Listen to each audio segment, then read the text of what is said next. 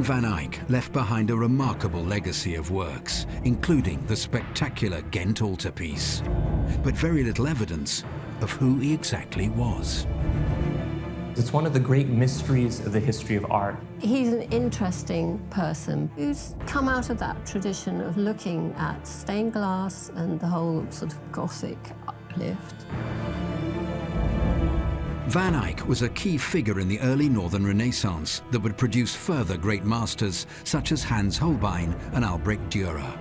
After he died, his reputation would only grow and grow, and his paintings would become highly sought after by buyers and thieves alike.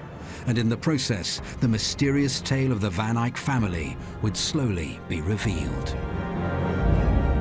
He's one of the most skilled artists who ever painted, and I think he epitomizes the reason that northern oil painting was admired all over Europe.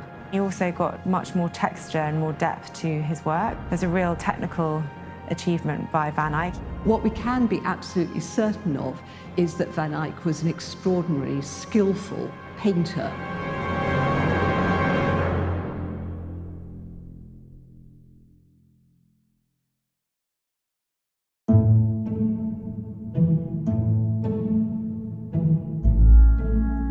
The story of Jan van Eyck begins in the era of the Burgundian Netherlands, where the Low Countries came under the rule of the powerful Dukes of Burgundy.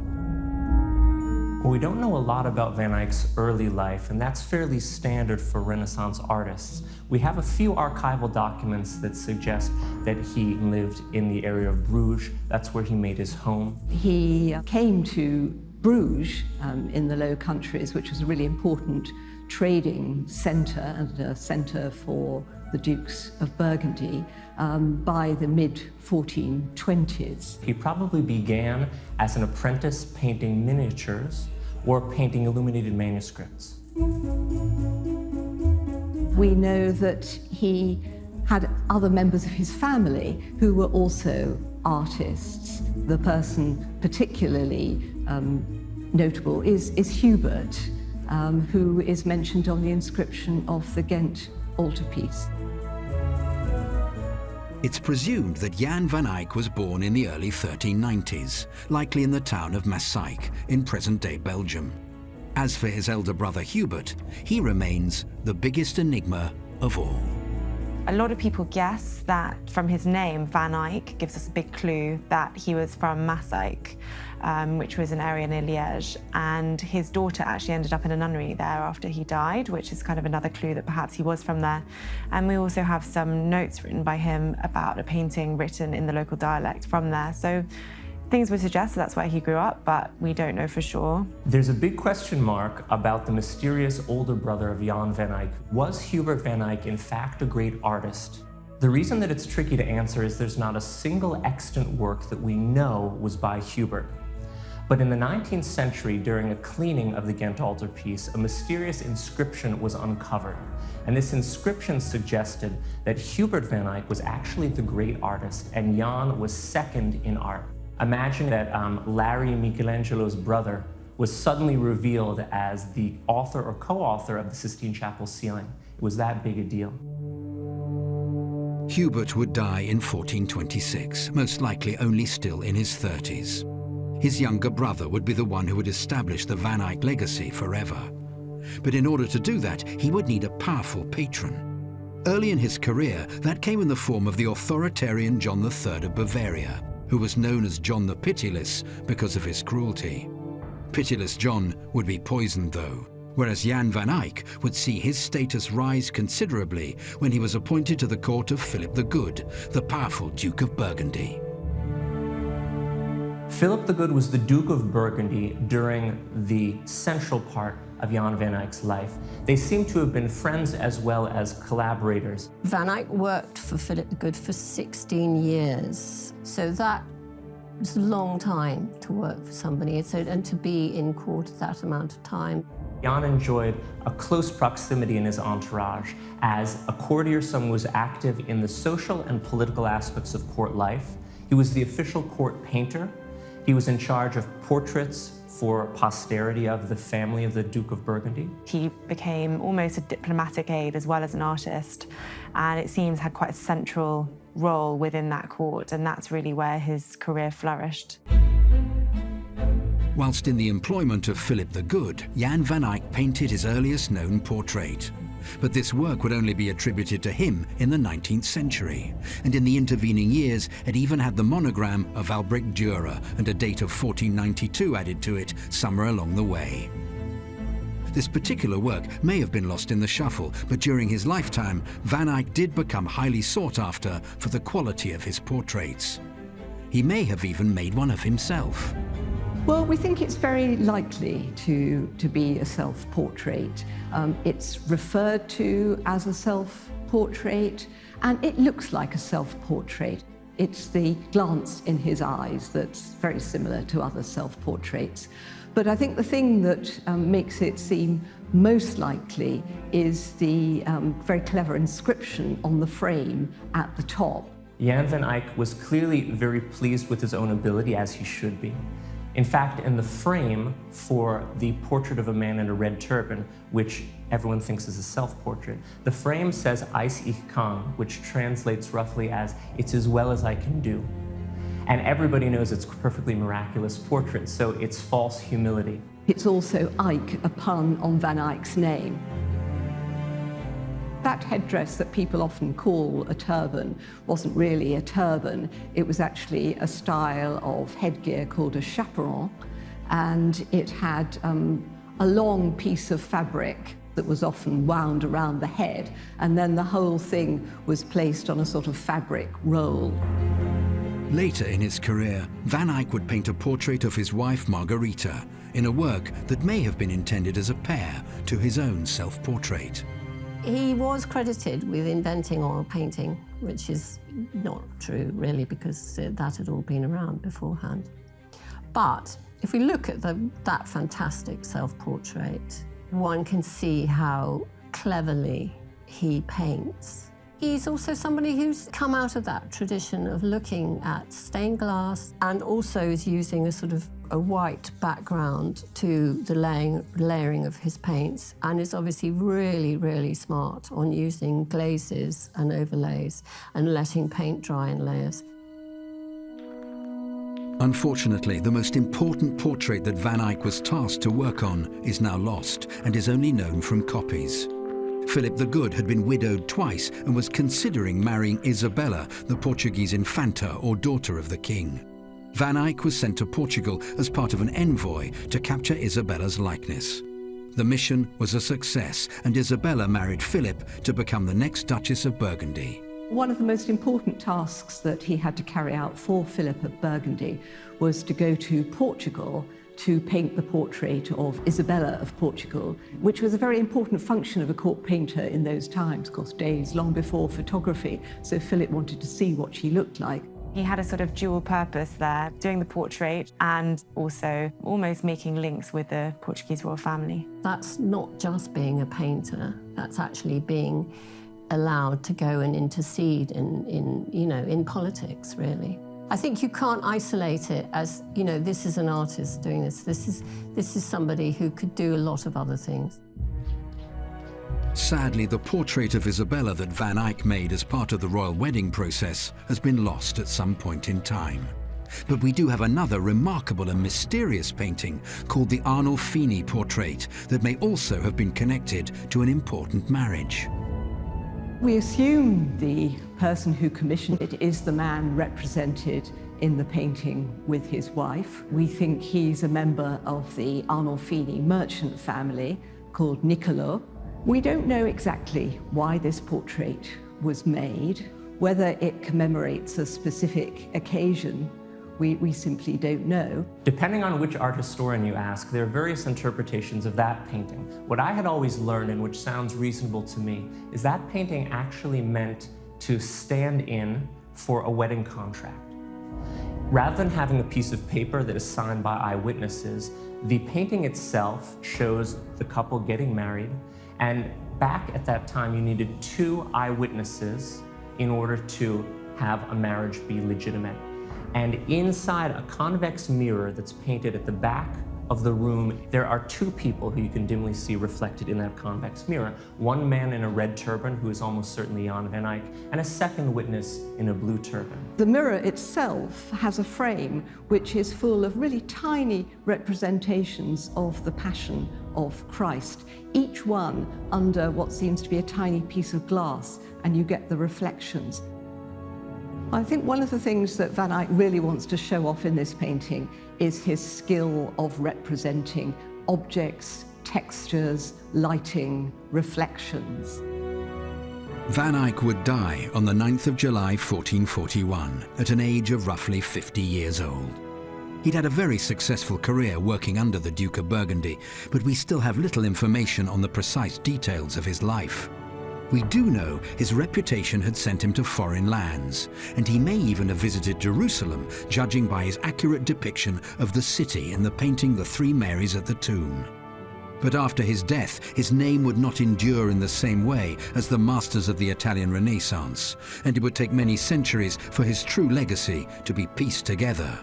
And in that time, his greatest work of all, the Ghent Altarpiece, would become the most stolen work of art in history. Jan van Eyck died in 1441, leaving behind many unfinished projects that were completed by his workshop.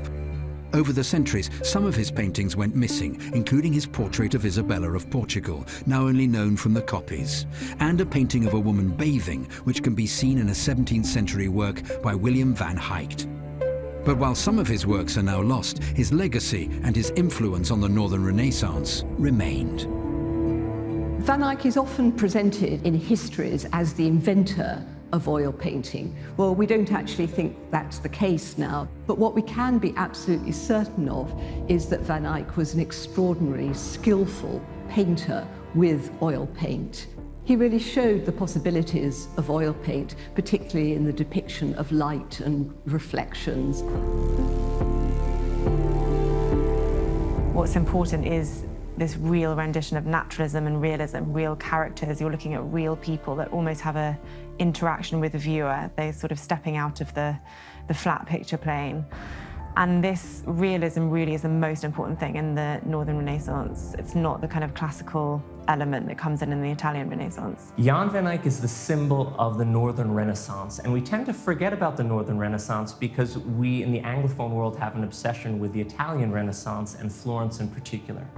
But running in parallel with it, and in many ways more advanced than the Italian Renaissance, was the Renaissance in Northern Europe, and Van Eyck was the center of it.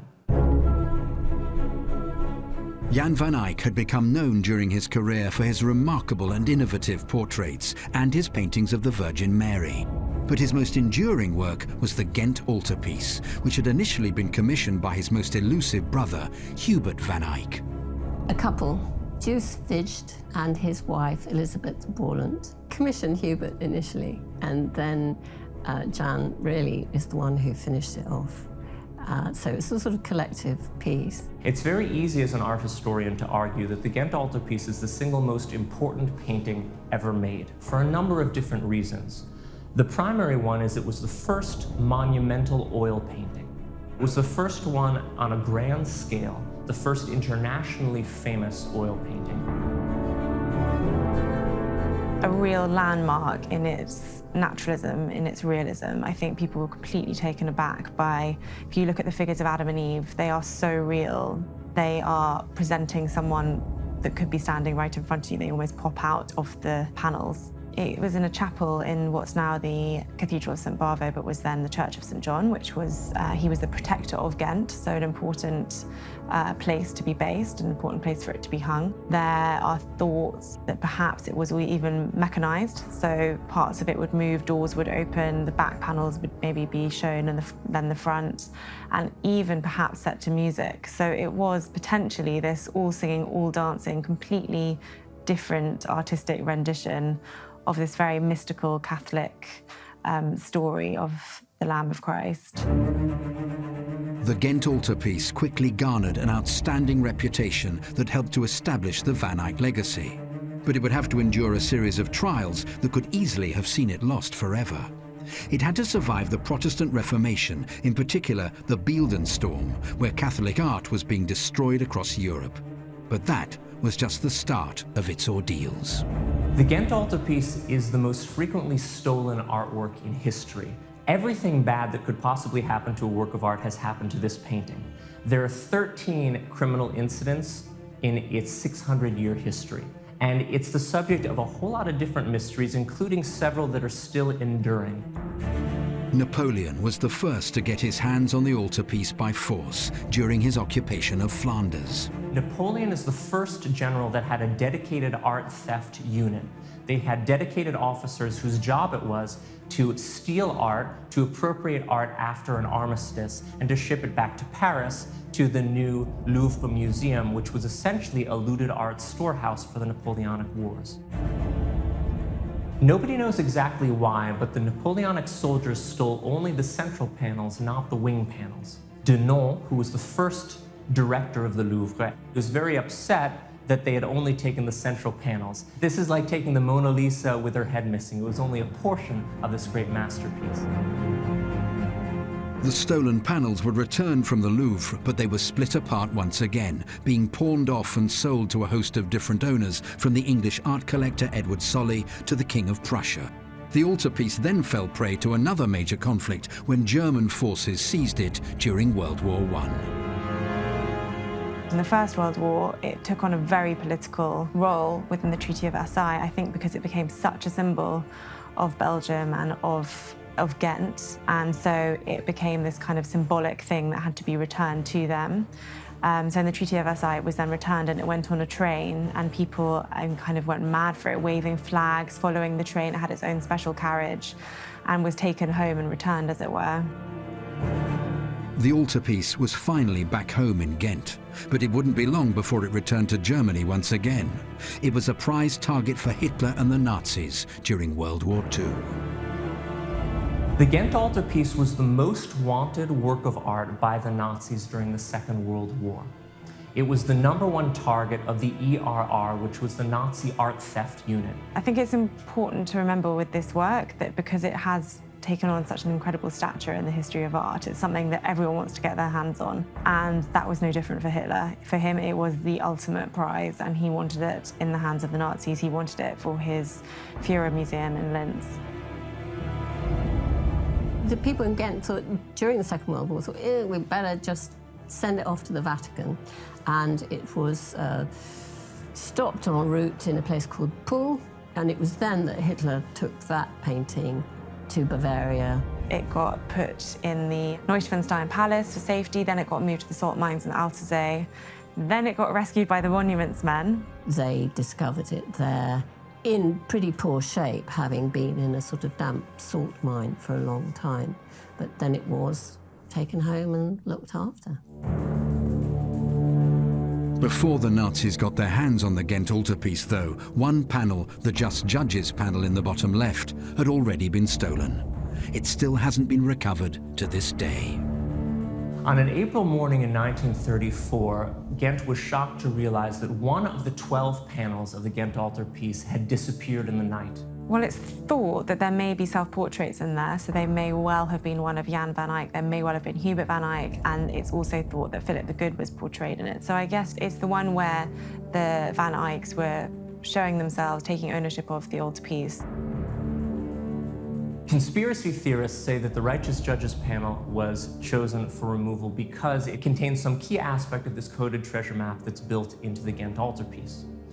For more practical reasons, it was one of the panels that was most easily accessible to thieves. It's thought that it has been destroyed, but there are all sorts of clues and comments that it's still remaining in the cathedral.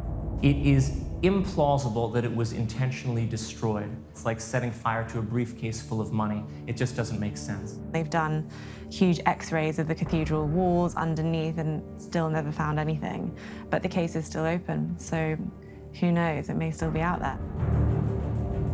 Every year, there are dozens of anonymous tips that come in to the Ghent Police or to the Bishopric of St. Bavo with a hot tip as to where the lost panel can be found. And sometimes they sound totally crazy, sometimes they sound plausible enough that the police investigate. Once an anonymous tip came in that they would find the painting under the floorboards of a Ghent house, and the floorboards were taken up, but nothing was there. But the investigations continue, and whenever there's a new piece of news, it makes big headlines here. Never say never is what people say, but who knows? But things do surface. Things surface in the most unlikely places. So it's always possible. A replica of the Just Judges panel was painted in 1945 as a replacement, but the original remains tantalizingly out of reach, much like the man behind it, Jan van Eyck. From a biographer's perspective, we don't know much. The sort of things that last best are usually related to court cases. Jan van Eyck managed to never get arrested, which is one of the reasons why we don't know quite as much about him as, for instance, Caravaggio. He was so frequently in trouble with the law that we have a very accurate summary of his life. We may never learn much more about the lives of Jan van Eyck and his brother Hubert than we know now, but we can appreciate the remarkable legacy that they left behind with their art.